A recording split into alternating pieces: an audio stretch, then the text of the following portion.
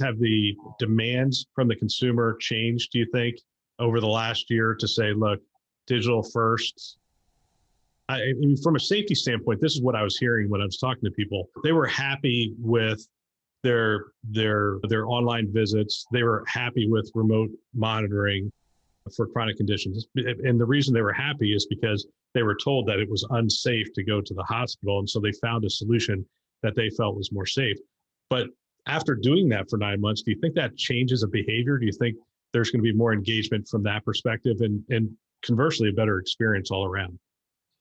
Yeah, there's absolutely. And we all talk about the consumerization of healthcare, and we can all do mobile banking transactions. We can book flights on our phones or websites, et cetera.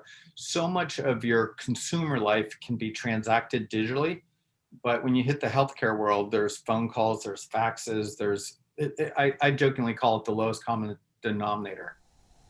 Now, hospital systems like, well, not if 100% of people can't do something on their phone, then let's go to the lowest common denominator and make sure everyone makes a phone call or comes in for a face-to-face visit. And that does not meet consumer expectations. Can so easily transact in their consumer life against every other element of life digitally. But in healthcare, it sort of hits this analog experience level. That's changing, and it transacts with booking an appointment. I mean, I think almost in most scenarios now you can book appointments with digitally, but maybe not that specialist referral. That has to be a phone call that transacts with that, and then all the way through to the patient experience. Whether it's done telehealth or virtually, and then the resulting care protocol and treatment, and whether or not the person felt that they had a successful outcome.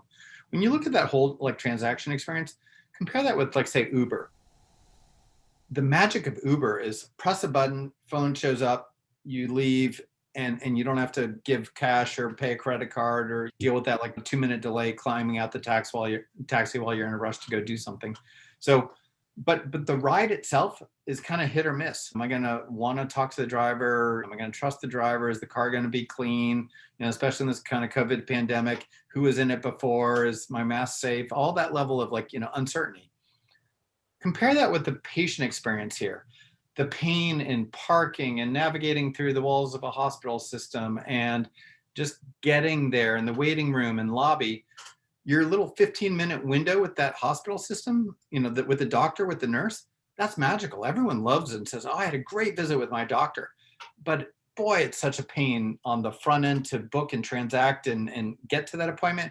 And then upon leaving, you're handed a brochure full of papers, or go here to get that, or make this phone call to follow up on that front, or it's an opposite end of the experience spectrum. And what healthcare needs to do is solve that magical middle and the bookends to create a seamless, consumer-friendly experience to that patient care.